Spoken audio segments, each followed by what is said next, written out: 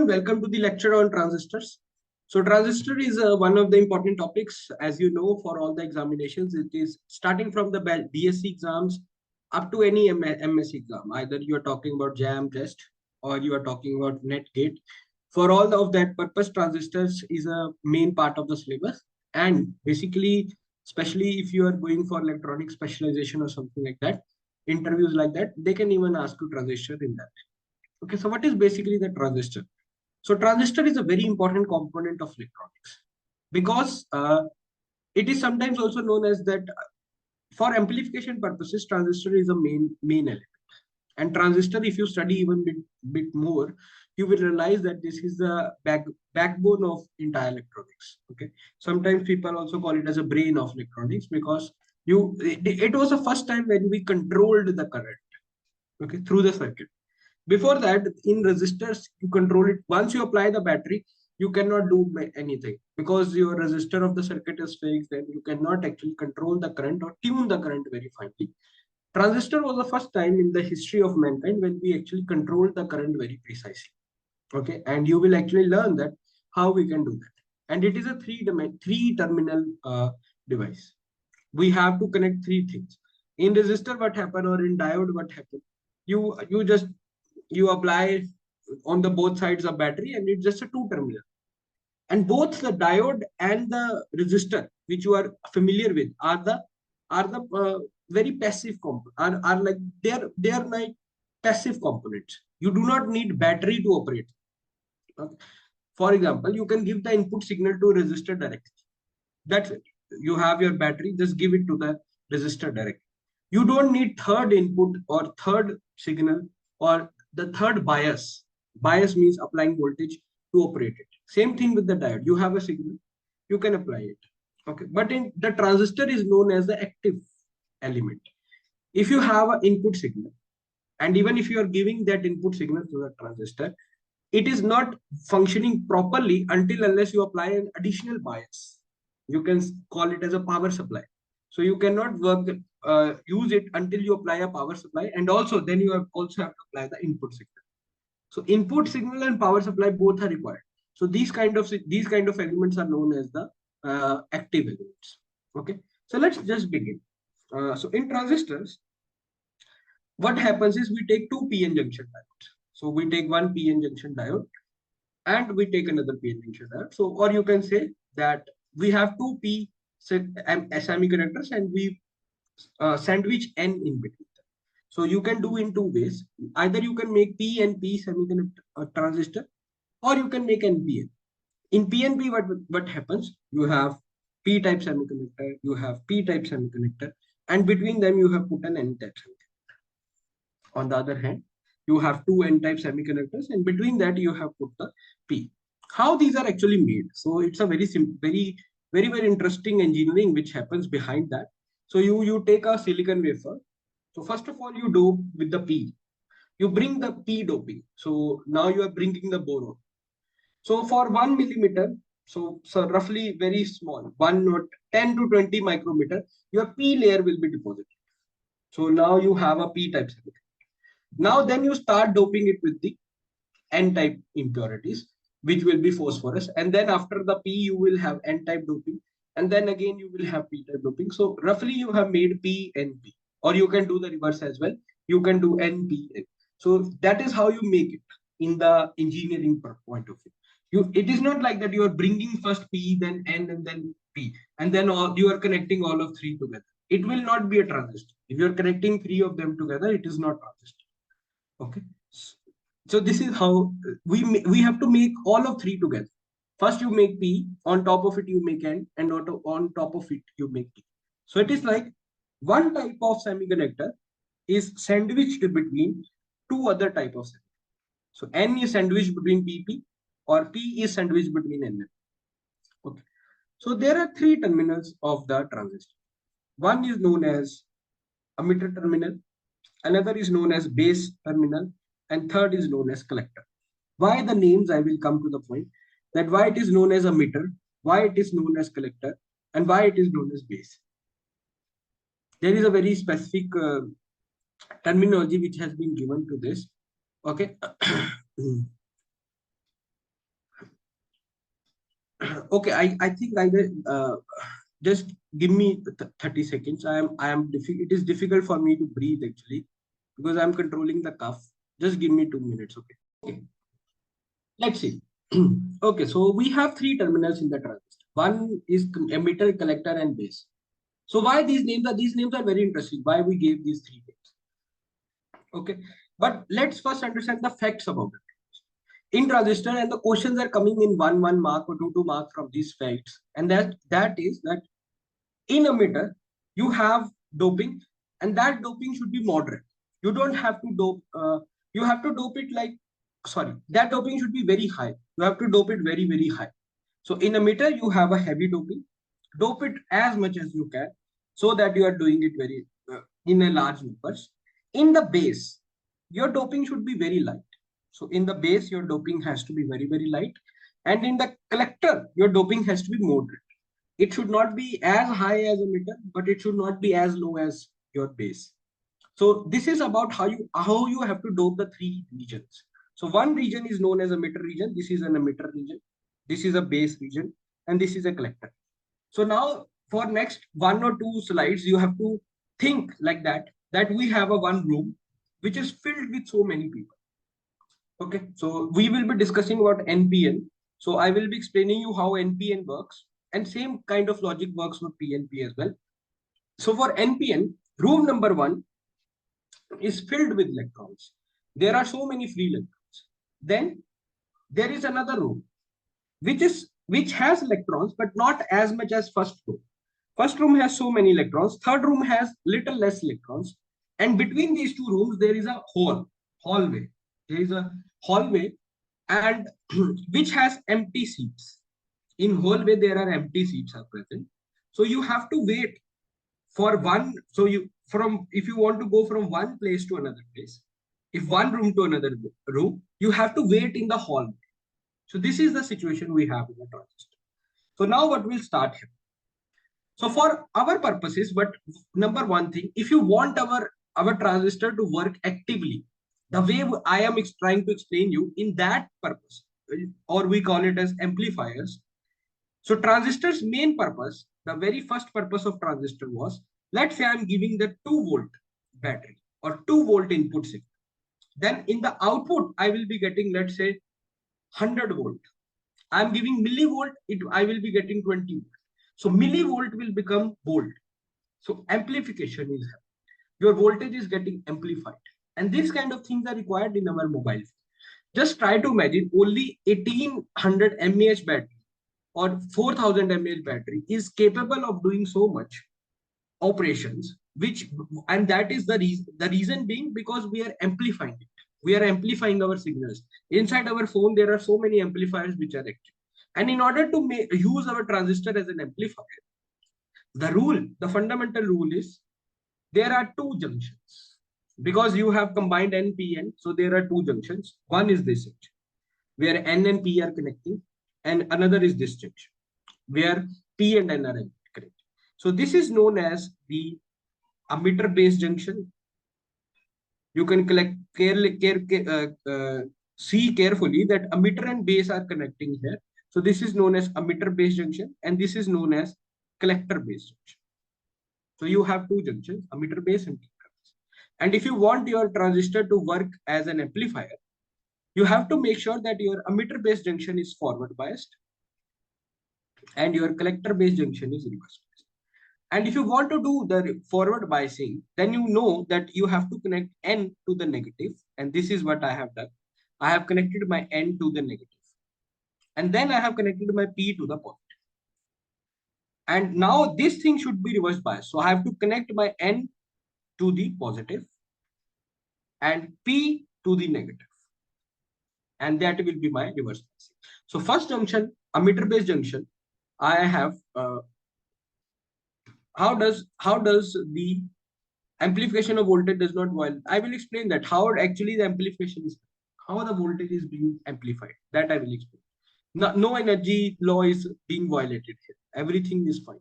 So one of the junction we have done is forward biased, and another junction we have done is reverse biased. Okay. So with this in mind, let's see how it is working. how the things are working. So now come with me and see this NPN transistor, how the things are going on inside it. In N, we have so many electrons. So this is room number 1 and it has so many people inside it. All the people are known as electrons. And now I forward biased this. It means I connected the negative to this. I connected my N with the negative of battery and I connected my P with the positive. Because of this, what will happen? These electrons will experience a push. Electrons will experience a push. So electrons will start moving in this direction. So electrons start moving from room number 1 and then they enters the room number 2. And not room number 2, hallway. Because between room number 1 and between room number 2, there is a hallway. So now these electrons enter the hallway. Now hallway is a p-type semiconductor, which means it has empty seats, vacant seats. But the rule also says that your p-type semiconductor should be lightly doped. The doping of p-type semiconductor should be very less. It means there are vacancies, but vacancies are not much. There are very few vacancies. Like let's say only 10 seats have. So 100 people went from, or let's say 1,000 people went from room number 1 to the hallway. And there were only 10 seats. So what will happen? These electrons will go and sit on those 10 seats. So hole and electron recombine. In that hallway, electron and hole recombined. So recombination of electron and hole happened, but only 10 electrons and hole recombined. Rest 990 electrons went here.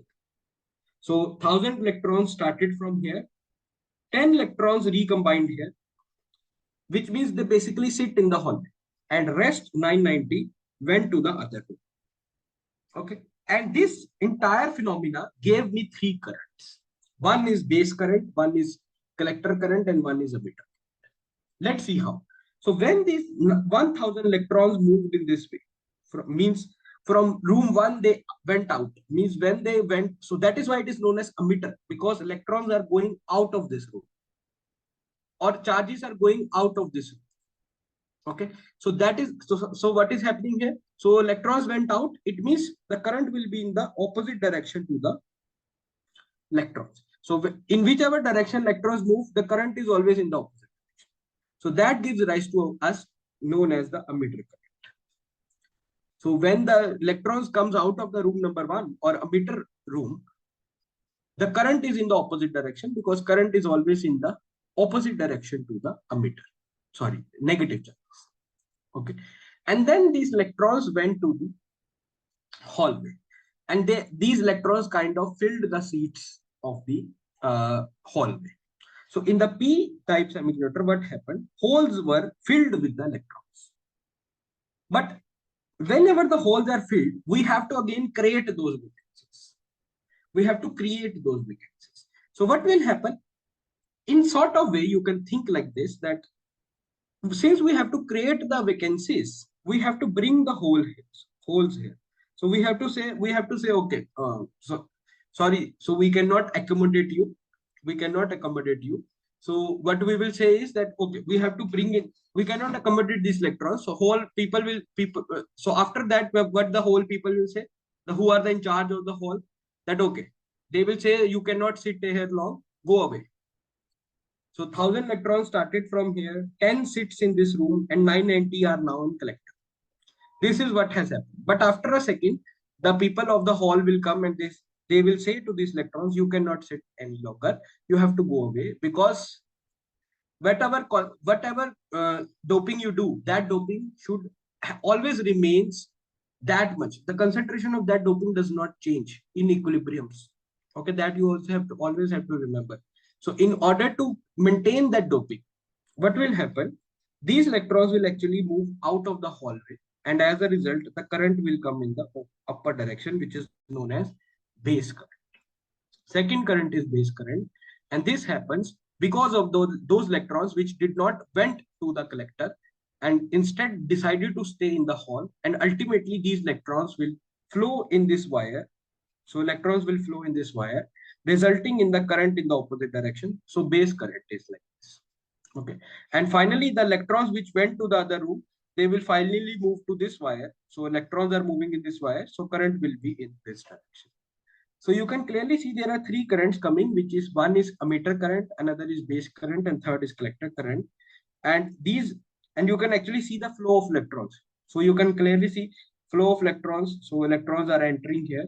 So electrons are trying to go from N to P. And then some of the electrons are going forward and some of the electrons are going down, right? So this is what is happening. So if the electrons are going down, the current is going up. Okay. So you can clearly see electrons are going down, current is going up. Okay. So you can see there are two currents which are entering. One is collector current and one is base current. And there is one current which is coming out, and that is emitter current. So we can always say that emitter current is equals to base current plus collector current, because charges has to conserve. Whatever current is entering, that current has to leave. So there is only one current which is leaving, that is known as emitter current, and you can clearly see emitter current is leaving the your transistor, but collector current and your base current is entering that your transistor. So IB and IC, IB plus IC is equals to IE. Okay. So IB will definitely be very small because very few people decided to stay in the hall. Rest all went to the collector. And IE is very, very large. IE is very large. So let's say IE is 1,000. IB is only 10 and IC is 9. Now you all can think very carefully that, okay, collector current and emitter current are almost same. They are almost same. So whatever current is there in emitter, the same current is there in the collector. So I am able to send almost all the current from one room to another room, and only very small amount of base current is able to stay in the hall. Okay. So someone asked that please explain the base current again. It's very simple. So very simple. Let me not complicate anything and just give you one statement. So because of this battery, the electrons are moving like this. Now these electrons are moving like this, moving like this, moving like this. Now electrons have two ways. One is that they will move in this direction and they will go to the collector. And one way is that they will move to this wire and go through the base. Okay. This current is coming because electron and hole recombination is happening. Because in the P type semiconductor, there were holes. So when the electron enter the P type, electrons and hole recombined. And in order to make sure that whatever has recombined, whatever vacancies are recombined, to produce those vacancies again, we have to say to the electrons that please leave that room. So electrons will actually move in this direction. And as a result, they will give the base current. So base current always occurs because we want to maintain the same charge carrier concentration in the P-type semiconductor. Okay, and the concentration has been reduced. Why? Because electron hole recombination happened in the P room, in the hallway. And we do not want our concentrations to change. Your system will automatically try to do that. Whatever concentration your semiconductors have, that concentration remains same. So those vacancies will be regenerated by sending those electrons out of the hall. So if I want my electrons to out of the hallway, so I will say to my electrons, okay, move in this direction. So if the electrons will move in this direction, the current in the base will come in this direction. So now we have two currents, base and collector coming in, and one current which is collector current which is coming out. So collector current is always emitter current is always equals to base current plus collector current. This is the formula for transistor. Your base current is always very, very small, and your emitter current and collector current are almost equal. They are very, very same. So let's say if your emitter current is, let's say, 1 milliampere, then your collector current will also be 1 milliampere, little less than that, and your base current will be in micro, 1,000 times. Okay. So this is how your current systems work in the transistor. Okay. And by change, yeah. Sir, a question है. For example, when the electrons are moving from the emitter to emitter to collector means so it spends a very little time in base. That's why Yes. it is not remaining so much in base, and thus the base current is very less. Is this the one of the reason? Two parameters are there. One is base is very thin. That is why it is remaining less time there. So base, you can clearly see these two rooms are very big, but base thickness is very small. So base is very small or very thin. That is why the time spent by the electrons there is less. But that is not the major reason. The major reason is that base is lightly doped. There is a very less doping here. So number of holes are not enough to recombine much. So not many charges are recombined. Okay. So that there are two reasons: thin base, and second, light doping in the base. That is why the base current is very small. Okay. Thank you, sir. Okay. Any other doubt, anyone till here? Yes, sir. I have another doubt. Yeah. We can use these transistor as on switch, off switch, and attenuator. So is I equals IB plus IC is valid for all of them, or this Yeah, take a it different is a form for? universal. It is universal. This formula is not changing. Okay. Other formulas which I will building, they will change, but this is a universal, always valid formula for transistor. Okay. Okay. Okay. Okay, good. So there is a very basic symbol of transistors. So you can clearly see that the symbol of transistor is you have to draw the base plate like this. And then one plate is emitter plate and another plate is collector plate. In emitter plate, you have to make an arrow, which will actually show you that is it an NPN or is it a PN? So if it is NPN, then your arrow will be out. Why your arrow will be out in NPN? Because you can clearly see in NPN what will happen. The electrons will move in this direction, right? Because the battery is negative, so electrons will move in this direction. So your current will actually move in this direction. You also know that your current enters in the battery, so your current is actually moving in this direction. So your current is coming out in NPN from emitter. From emitter, your current is coming out. That is why in NPN, the arrow is out. However, in PNP, you know that this is a positive battery. So current always flows from positive to negative. So current will actually be in this direction. So current is going in PNP. So current is going in PNP. That is why you can actually see that the arrow is inside arrow in your PNP transistor. Okay. So this is the symbol for your NPN.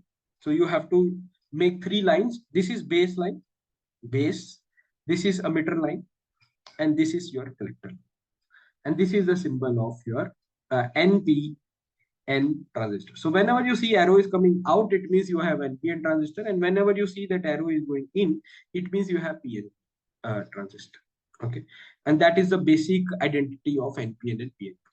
So in NPN, what happens? Your emitter current is the only one coming out. So your emitter current is coming out.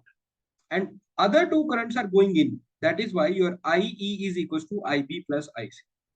In PNP, what happens? Your emitter current is going in. Okay, so your emitter current is going in, but these are the wrong symbols. So and your both IB and IC will go in. So in PNP, your IE will go in. No, these are correct actually. So your IE is going in, and your base and collector are coming out. So only current which is going in is IE. You can see from the diagram, and other two currents will be coming out. So IB plus IC. Okay, and we can actually think about it that why it is happening. So you tell me now for PNP why it is happening. So the same logic we can use here. There are Because so the many, majority the charge. majority charge carrier is holes, and the direction of holes will be same as direction of currents. Yeah. So you can actually see that there are so many holes here. So these holes will see the push. So these holes will move in this direction. So if holes are moving in this direction, it means the current is also in this direction.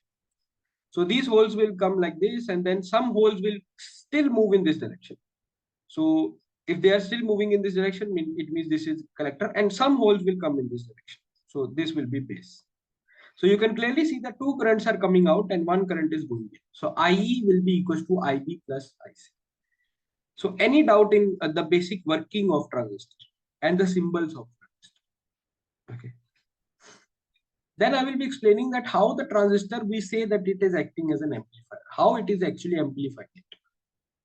Any doubt here, anyone? Yeah, fine. Okay, should I move forward? Sir, why Yeah. there is a circle in this symbol? What is it represents?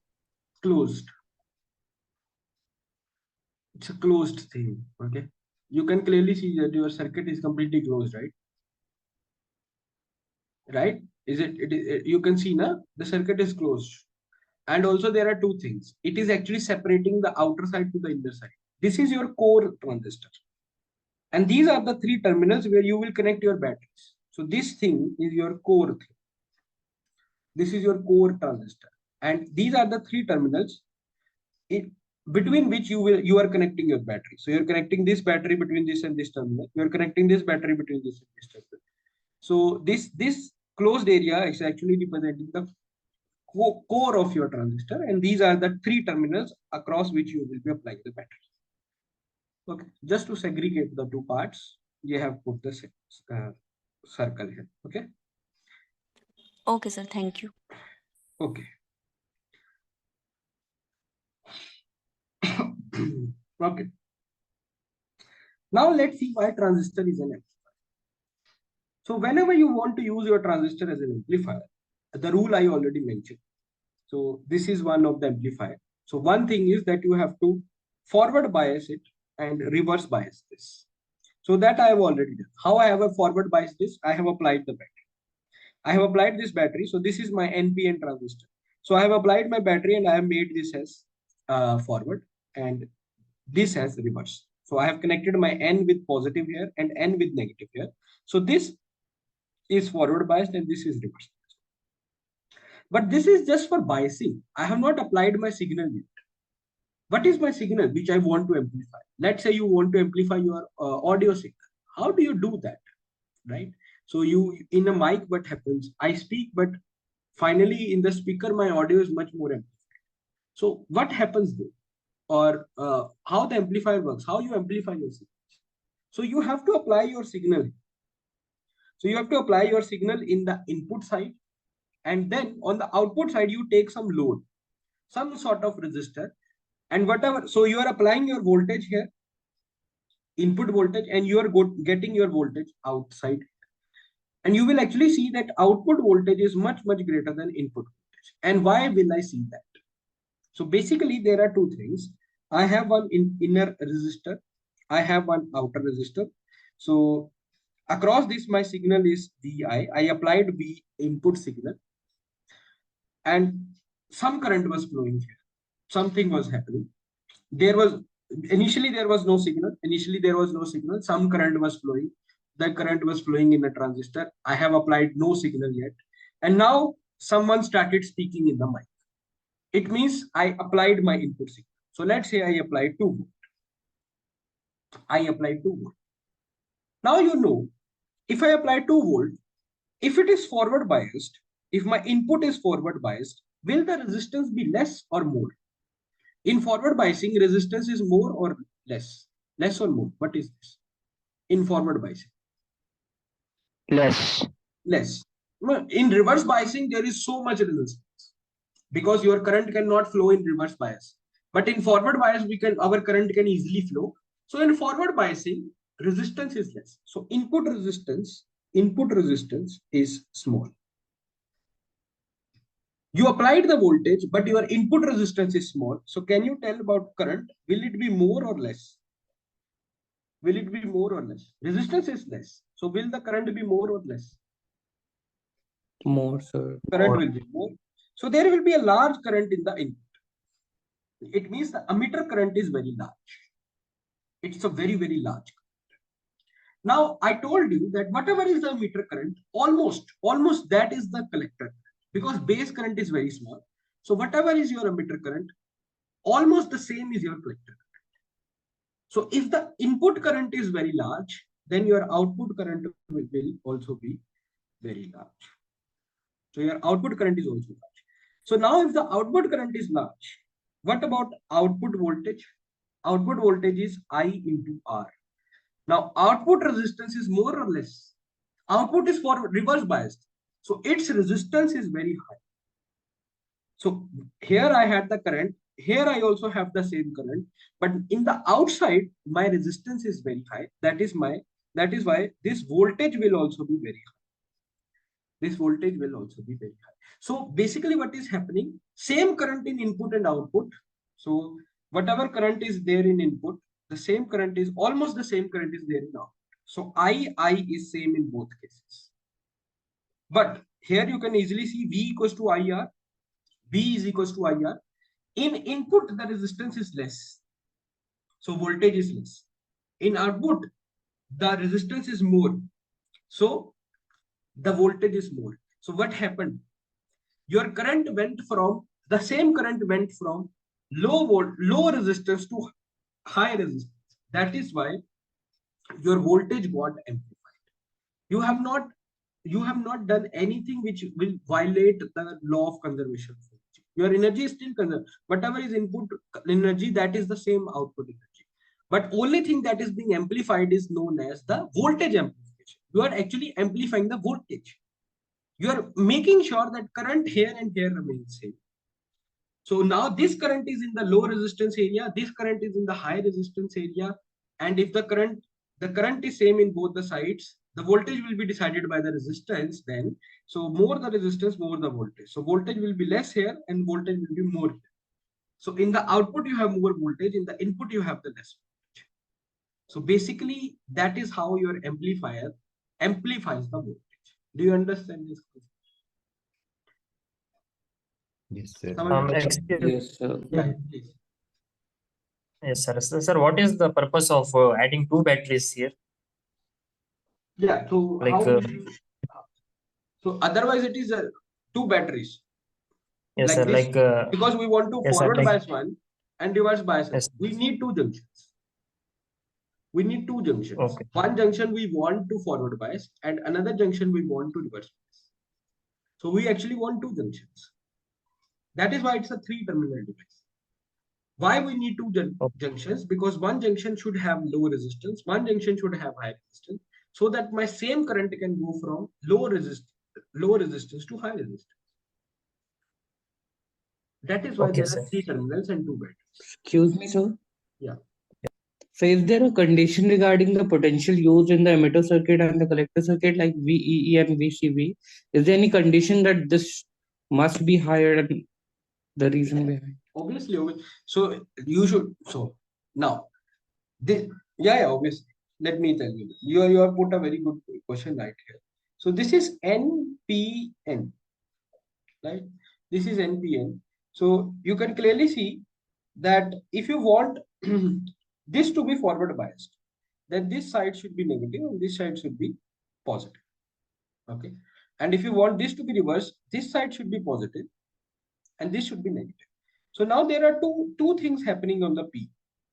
This battery wants it to be positive. That is, you can clearly see that P side is being positive by this, but N is being negative by this. So what is actually happening? How we see that? Okay. Then how do we do that? You can actually see that I have made this bigger one. It's in the symbol itself, it is shown that. Can you guess that why this battery I must have made more? Why this thing I have made more than this? Basically, what I want to make sure is that. So to alter the resistance because the current should be similar and one of the voltage would be high. So to the current coming from here, they are seeing this battery, but for the current going from here to here, they are seeing this battery. So we have to make sure that battery should not be so large that the current coming from this also starts seeing this battery. So then you have to do the hybrid model. That is why we do the H model, to actually see that the electrons coming from this only sees this. H model is unfortunately not in the syllabus, but H models are then being used to actually see that what will be the effective potential at this point. Because the potential at this point will be because of the two batteries, 1 and 2. And it is not very easy to calculate the potential at this point. You have to consider all the resistors in the circuit, and then you will be able to find out that what will be the potential. And then based on that, we will decide, it will be decided that what will be the voltage we have to keep for this and what is the voltage we have to keep for this. Okay. Okay. So if it is clear, let's do one example, and it's a very easy example. Let's try to do if you can do it. So a common base transistor amplifier has a resistance of 20. So input resistance is given to you. Our input is 20. So you try this question, you find the answer. And output resistance is 100 kilo. So output resistance is given to you as 100 kilo. Okay. And the collector load is 1 kilo. So this resistance is given to you as 1 kilo. And they are saying that if the input voltage is 500 millivolt, what is the voltage amplification? How much voltage will increase? Okay. So very first thing is, let's find this emitter current. So how will I find the emitter current? So my emitter current will be found as my input voltage divided by input resistance. Because my formula is V equals to IR, and I want to find my current. So current will be input voltage by input resistance. So my current in the input will be input by input, which is input voltage is 500 millivolt, and my input resistance is given as 20 ohm. So my input current is only 25 milliampere. Now I already told you that whatever current will be here, almost the same current will be here. Almost. I am coming to the point where current will not be same. Current will be little less. But for now, I am assuming that whatever current is there in my input, almost the same current is there in output. So my emitter current is 25 milliampere. My outer current is also, but how much? It is also 25 milliampere.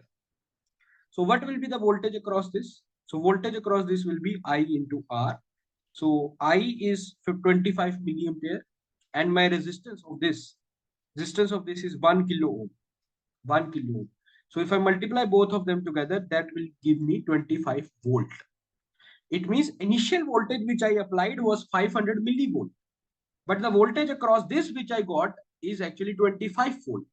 So what will be my amplification? Very simple. Output voltage by input voltage. Output voltage is 25 volt. Input voltage is 500 millivolt. If you divide both of them, you will get an answer 50.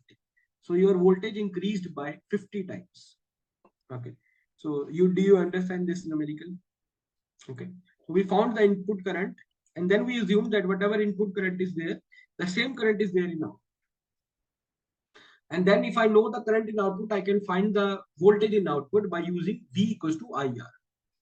So then I actually found out that maybe the current is same in input and output, but voltages are not same.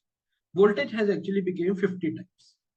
That is how you solve a very fundamental, or you see how very fundamentally your transistor is working. Excuse me, sir.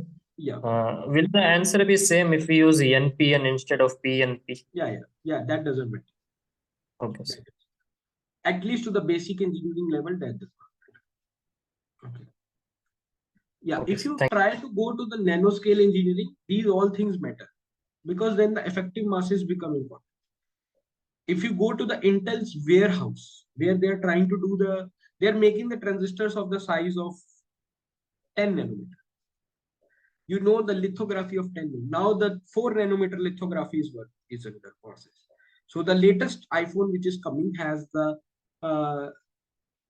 minimum line of 4 nanometer. They can make the circuit or the line or the wire of 4 nanometer size. Okay. So the only one company in this world, ASML, can make the machine which can do the lithography of 4 nanometer. Then all these things matter. But at the large scale, that is not. Okay. That is why Apple iPhones are very expensive, because their lithography is very precise. Lithography means writing the circuits using electrons or anything, light. So how do you actually make the circuits at such a small level? That is, you do not bring the wires and connect them. This is your entire chip. Okay, the maximum size of the chip is this. That's it. The chip which is inside your phone, the maximum size of that is this. Okay, and this has millions of components. Millions of components. How do you make all the components in this much size? And that engineering is nothing but lithography. Okay, I was doing Sir, lithography, and that is what nanotechnologists do. Yeah. sir, these chips and the printed circuit board in our computer both are same? Yeah. Chips, hai na? Your computer has i7, i5, i3 chip, na? Okay, sir. Thank you, sir. What is processor? Processor, they say, na, i5 processor, i7. Processor is nothing but a chip. That is a chip you have. Thank you, sir. Yeah, that is all that matters. That chip they will decide that how your computer is going to work. Okay. So how the word transistor came in? So word transistor came in because the resistance is going from, we are transferring the resistor from low resistance to high resistance. So it is like a transfer of resistance.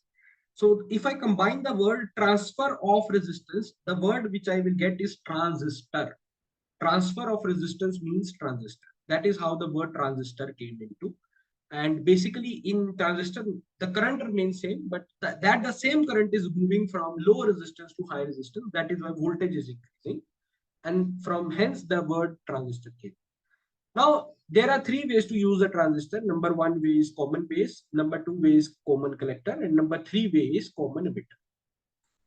Now, how do you use the common base? So common base is something you do like this, that so I will be explaining common base, and then common emitter and common collector is your homework. You go and study by yourself. Not a very difficult task because now you understand how to do it. So I will take 15 more minutes of your time and I will complete common base. Okay. And then you can easily understand what is common collector and common emitter by yourself. Okay. So let's see what is common base. So now I have to, so one point will always be common to both the batteries. Either you can keep that point as emitter, or you can keep that point collector, or you can keep that point as base, because there are two batteries and three terminals. So obvious thing, any average mind can understand that one terminal has to remain common to the batteries, and that common terminal can be anything. It can be common base, it can be either common collector or can be common emitter. In this case, we are keeping our base as common. So our emitter is here, our collector is here, but the base is common to both the batteries. So first of all, this is my emitter. So can you look at this diagram and tell me, is it NPN or PNP? This one. Current coming out. So is it NPN, PNP? NPN. NPN. So current coming out, so it is NPN. If current goes in, then it is PN. Okay. So these nodes are a refined version of nodes of VK Math. VK Math has written so much. So I have taken screenshots, lines. I've written on my own lines somewhere, and I have shortened those chapters into the notes. So read these notes, and that will be enough for you. Okay. So NPN transistor. So this thing I have made forward biased. How I make the forward biasing? N is connected to negative, P is connected to positive, and this I have to make reverse biased. So N is connected to positive, and this is connected to negative.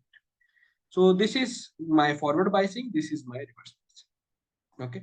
So now where do I apply my input, my signal? It is applied between emitter and base. So my input is applied between emitter and base. And where is my where is my output applied? My output is applied between collector and base. So my output is applied between collector and base. Okay. Now, first parameter which I have to define is known as current amplification factor.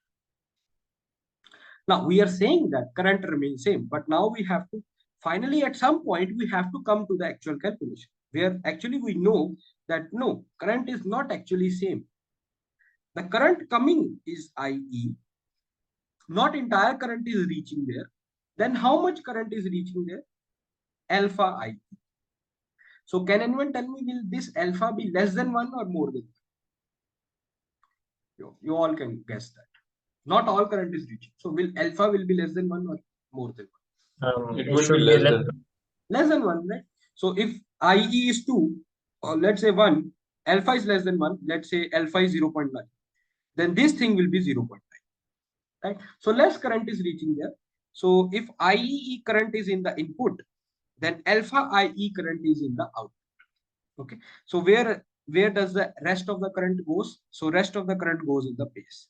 So base current will be IE minus alpha I. Okay. So what is this term alpha means? So alpha is known as your output current divided by input current.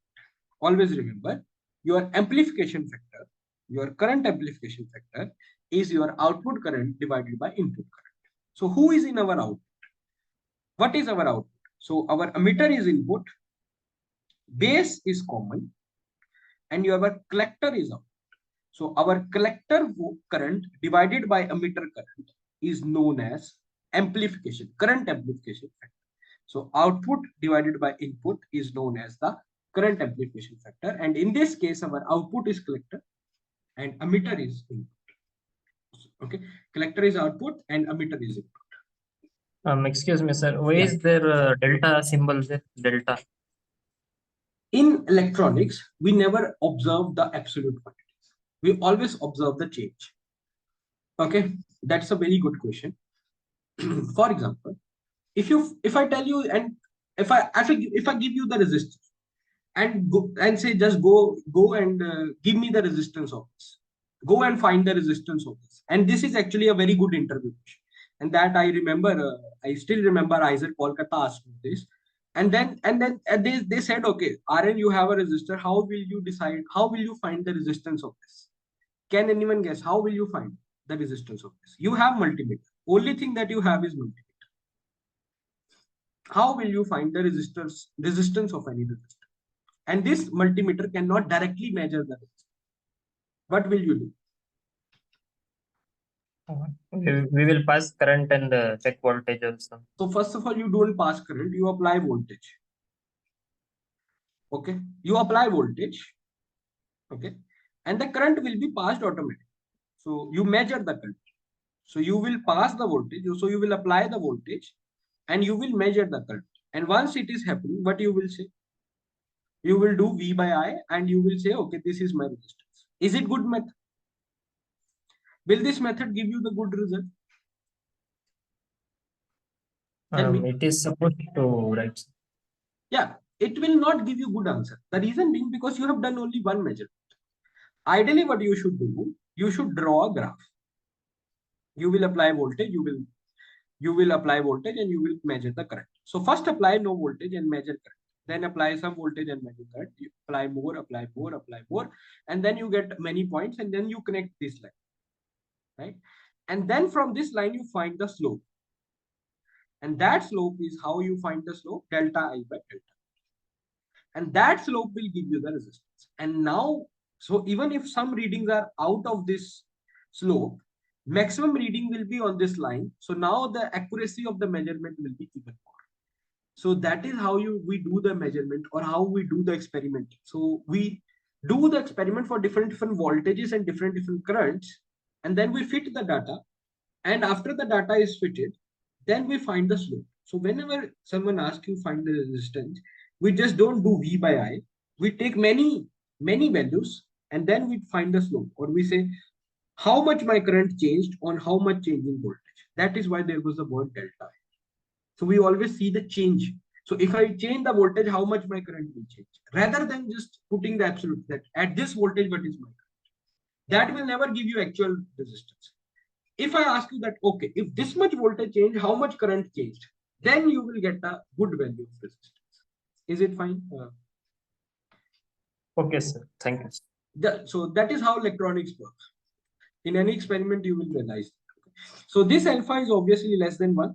And practically, if you see, for most of the transistors, it is between 0.9 to 0.9. How do you write your collector current? So I already told you that collector current, which is output current, is alpha times input current. So if input current is IE, then output current is alpha IE. But we also have to write one I leakage. What is this I leakage? And we don't have to consider leakage current in all the questions. Very officially, I'm explaining you. Until unless it is not mentioned in the question that leakage current is this much, you have to assume that your leakage current is 0. This is for the special cases where leakage current is actually mentioned. In most of the questions which I have asked so far in the competitive exams, leakage current will not be mentioned. But what is this leakage current? So leakage current is, even if you do not apply any battery or nothing like that, you are not applying any signal. You have not applied any signal, but still one current is flowing. This current is still there. Can anyone guess why this current is coming? Minority charge carriers. Minority charge carriers. Because we studied that in reverse biasing, majority charge carriers cannot flow, but minority charge carriers can flow very nicely. And because of that minority charge carriers, one additional current is coming in which region? Final region, output region. Because which one is reverse biased? Output is reverse biased. So in reverse biasing in the output region, there is one reverse current which is there. You have not given input. This much area you have not given. This much area you have not given. And this is NPN. So you have made it very clearly, you have made it reverse biased. Because of the minority charge carriers, this leakage current is coming. And you cannot stop that current. This current is very small. If your actual current, yeah. Yes, sir. Like my doubt is, without voltage, how are they specifically going like this down, sir? Can't they even go up or any random place without any voltage? There is an output battery. So here we have the battery. Okay.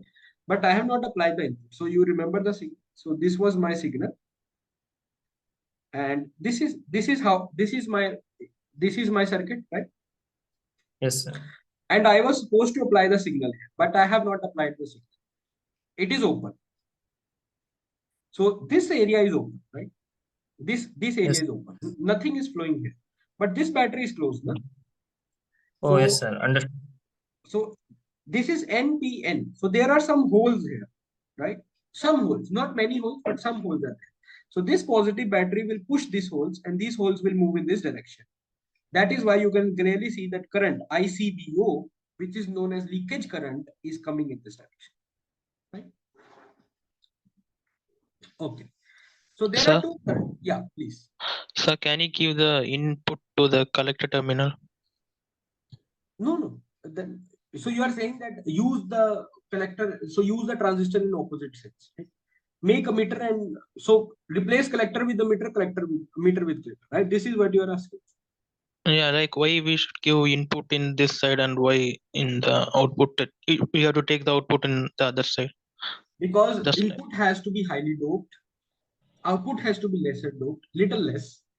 So we should always approach from higher doping side to lower doping side, right? Because higher doping, what does doping do? If anyone has watched my lecture very carefully, in the semiconductor physics lecture, you have seen that Fermi levels, right? Fermi levels. So if the doping is more, Fermi level is little up. And if the doping is less, Fermi level is little below. So now you tell me, if you have two buckets of water and one is highly filled and one is lowly filled, will you bring your water from here to here or here? Obviously from higher side to lower side. So this is what higher doping and lower doping does. So higher doping raises the Fermi level of a emitter and as compared to the collector. So now your electrons are actually, or your charges, majority charge carriers are actually flowing from higher Fermi level to lower Fermi. That is what is. But if you will try to do the opposite, it will still happen because you are applying the batteries. So might be it will still happen, but effectiveness will reduce.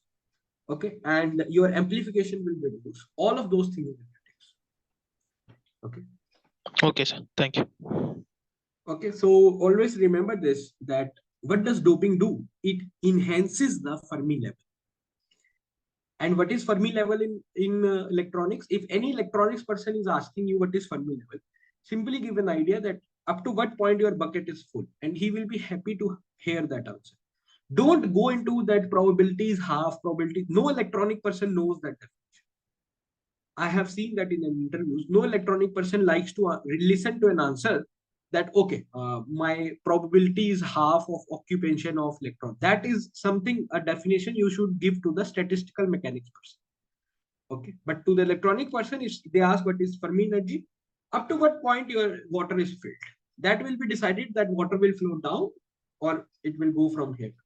In which direction the electrons will flow. Okay. So my collector current is made up of two things. One is alpha IE. Why this alpha E? Because emitter current is coming. So ultimately that current will reach the collector current. So electrons will reach. Doping enhances Fermi level. Fermi level. In the first lecture we discussed, right? Fermi energy. Yeah. So one is alpha E and one is leakage. This is equation number one. What is equation number two? Our emitter current is made up of two things. So emitter current is always equals to base plus collector. So this is my equation number two. So what I did is I put my equation 2 in equation 1. So I will get IC equals to alpha. And instead of IE, I put this thing. So if I put this thing, I will get IC plus IP.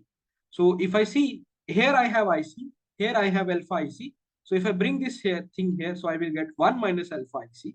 Here I will get alpha into IB and ICBO.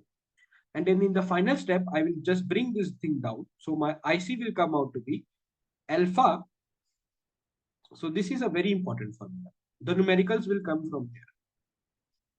So IC is alpha by 1 minus alpha into IB plus ICBO by 1 minus alpha. Do not use the leakage current. Do not use the leakage current until unless it is given to you.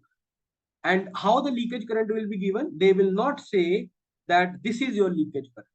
How will they write? How they will give you the leakage current? They will say the current in the transistor, current in bipolar junction transistor is 1 microampere when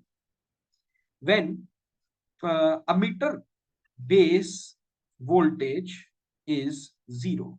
So we applied no voltage here. Still you have the current. That current will be known as the leakage current.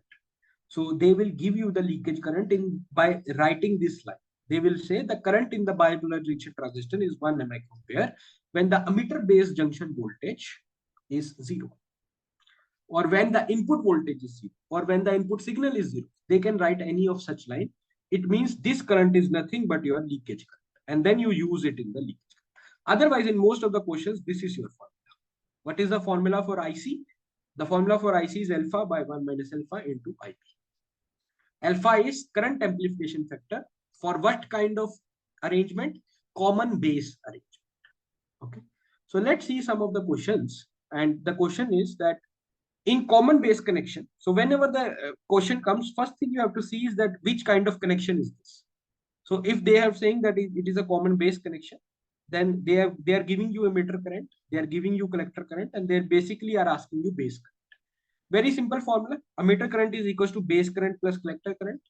And if you do that calculation, you can actually see that your base current comes out to be 0.05. And you can actually see that your emitter current was 1 milliampere. Your collector current is 0.95 milliampere. It means almost all the current is reaching to the other line. Okay. Okay. Next question. In the common base connection, current amplification factor is 0.9. In common base, it means this thing is given as alpha. So alpha is given to you as 0.9. Emitter current is also given. Determine the value of base current.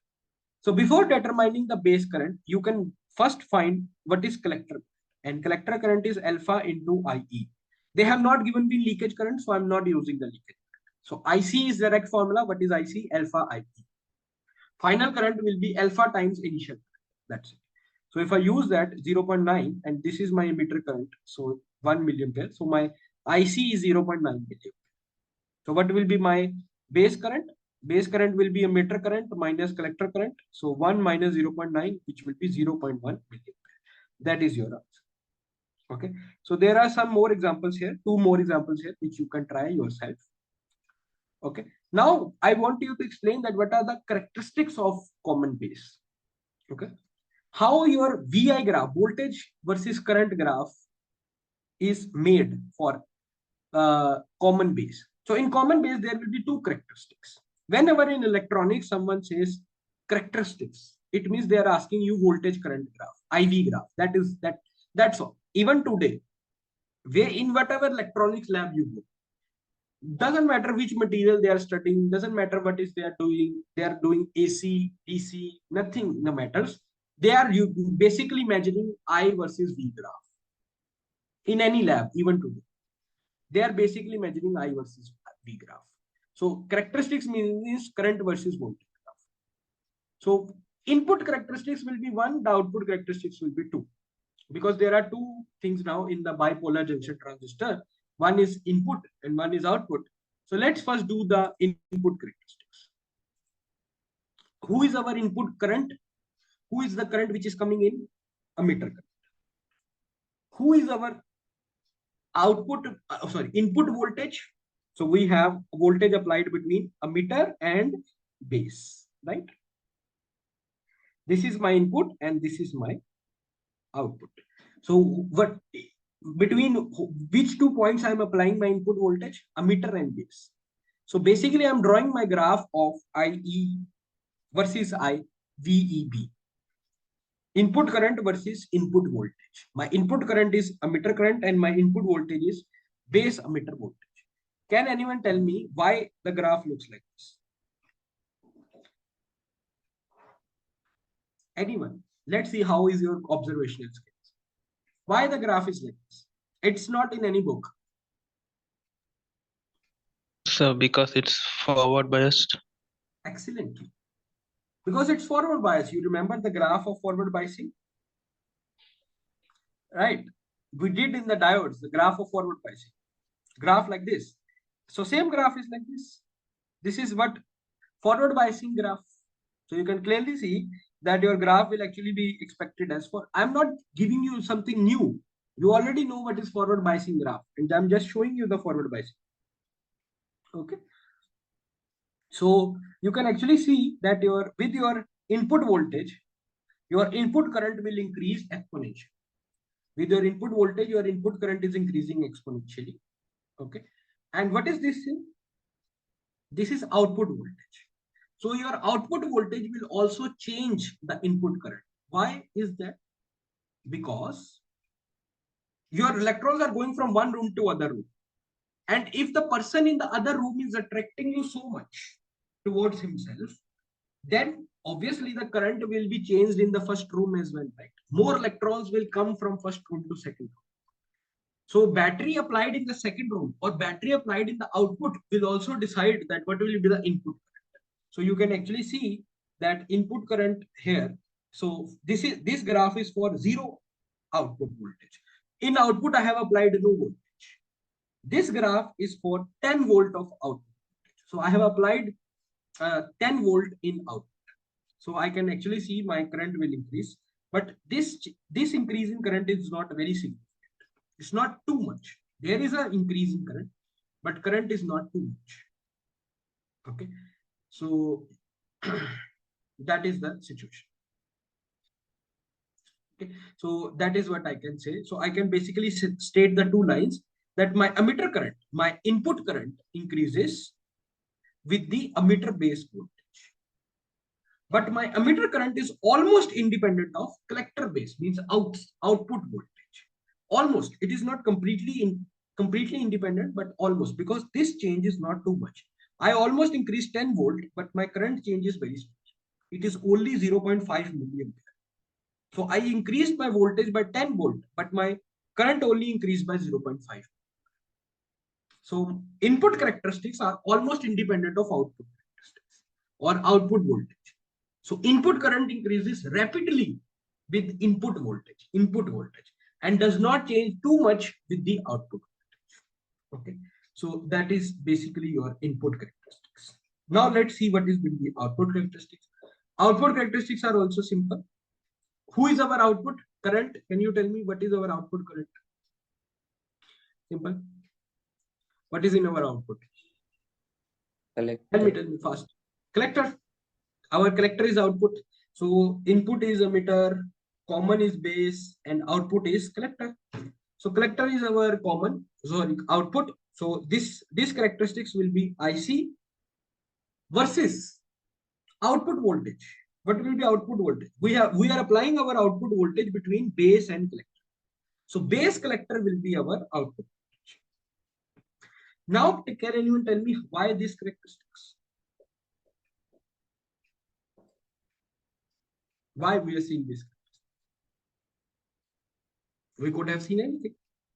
Why this?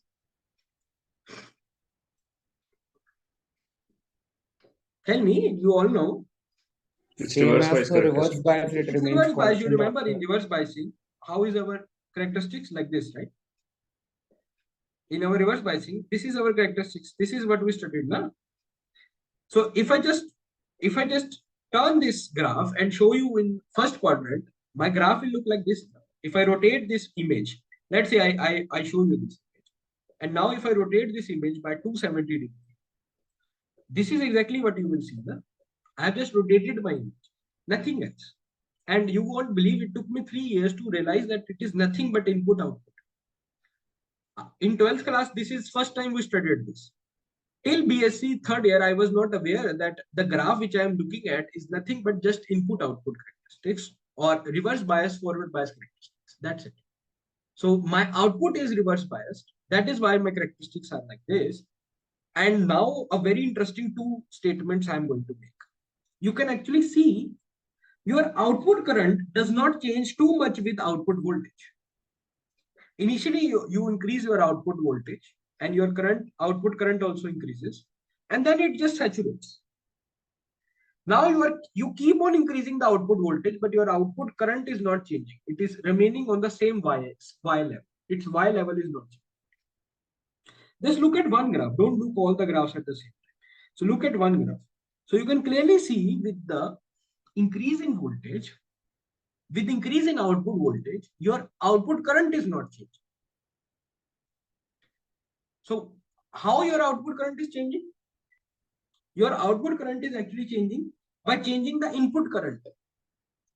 So your output current is changing by changing input current. Your output current is not changing by changing output voltage. You can change your output voltage as much you want, but your output current will not change. Your output current will only change if your input current will change. And you can clearly see for your input current, your current is less. Then you increase your input current, your current increased more. You increase your input current, your current increased more. So you can see even for a very small amount of change in input current, your collector current is also changing a lot. It means the output current does not depend upon output voltage. It depends upon the input current. So do you get this output characteristics? Yes, sir. Sir, Yeah. So if someone asks you this question, and it's a very conceptual question, and I can guarantee you, you can go in your class and not many people will have this conceptual clarity, that if you ask someone that on what factors your input current will change and on what factor your output current will change in transistor, input current depends upon your input voltage. Okay. But does not depend upon output voltage. It does not depend upon output voltage a lot. It changes a little bit, but not a lot. And if someone asks you on what parameters your output current depends, then you can say it depends upon input current. If input current is more, then your output current will also be more. But it does not depend upon output voltage. So nothing is dependent on output voltage. And many things are dependent upon input voltage or input current. So you can actually see that you have a very fine tuning in your hand. Very, very fine tuning. You can control everything by changing your input. Everything. Even what is happening at output, you can change by changing the input. And that was the first time we were able to do that. In any other device, you cannot do it. In diodes, what happens? If you see your output keep on changing, if you increase your output voltage or something like, you cannot control that. So that is a kind of control you need, and that transistor gives.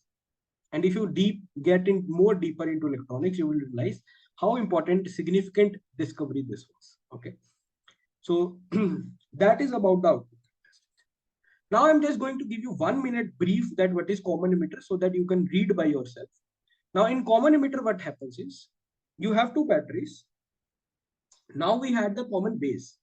Now I'm going to make common emitter. So I have the common emitter. Nothing is changing. Everything will remain same. Now what happens is, now your emitter is common. Emitter is common. So emitter is common. and your base is input. So base is input, okay, and collector is output. Collector still remains output, but now your input will be base, but now the common thing will be emitter. By changing this, the basic fundamentals of transistor does not change.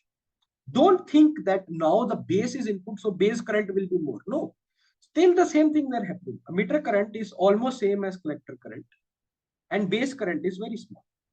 The basic fundamentals of transistor are still same. Only thing is that between which two terminals you are applying your signal. Now you are applying your signal between base emitter, and base is being your input side, and your emitter is being the common side. So now if I tell you what will be your current amplification, that will be beta. That will not be alpha. That will be beta. So now if you have input as IB, then what will be your output? That will be beta IB. Beta IB. Okay. So you remember in previous case, our input was IE and our output was IC, and we said IC is what? Alpha times I. Now our input is IB and our output is still IC, so IC will be beta times I. So which is bigger, collector current or base current? Base current is very small, so collector is more. So if the collector current is more, what do you think? Beta will be less than 1 or greater than? Much greater than 1. Beta will be greater than 1. So same for the same everything, you have to find what is beta. So beta is nothing but output by input. And this is a relation between beta and alpha. And beta will be greater than 1. And using everything else, you can read this notes. Same, everything will be repeated. So now it is your homework to read common emitter and common collector. Okay. And you don't have to read everything. You have to read only till it. Okay. DC load line, I will explain tomorrow. Okay. I will pick from here. If you have any doubt in common emitter or common collector, I will take that doubts first, and you can actually solve the solved examples as well. And now you will be it will be very easy for you to understand this. Okay. So from tomorrow, I will pick from DC load line, that what is load line analysis, and then we will complete the part 1 of transistor. Okay. And then there is another part of transistor, which is DC, transistor biasing. Okay. That is a small part, because in that we have a less theory and more numericals. Okay. So that's all for today. Let me stop the recording and then you can ask.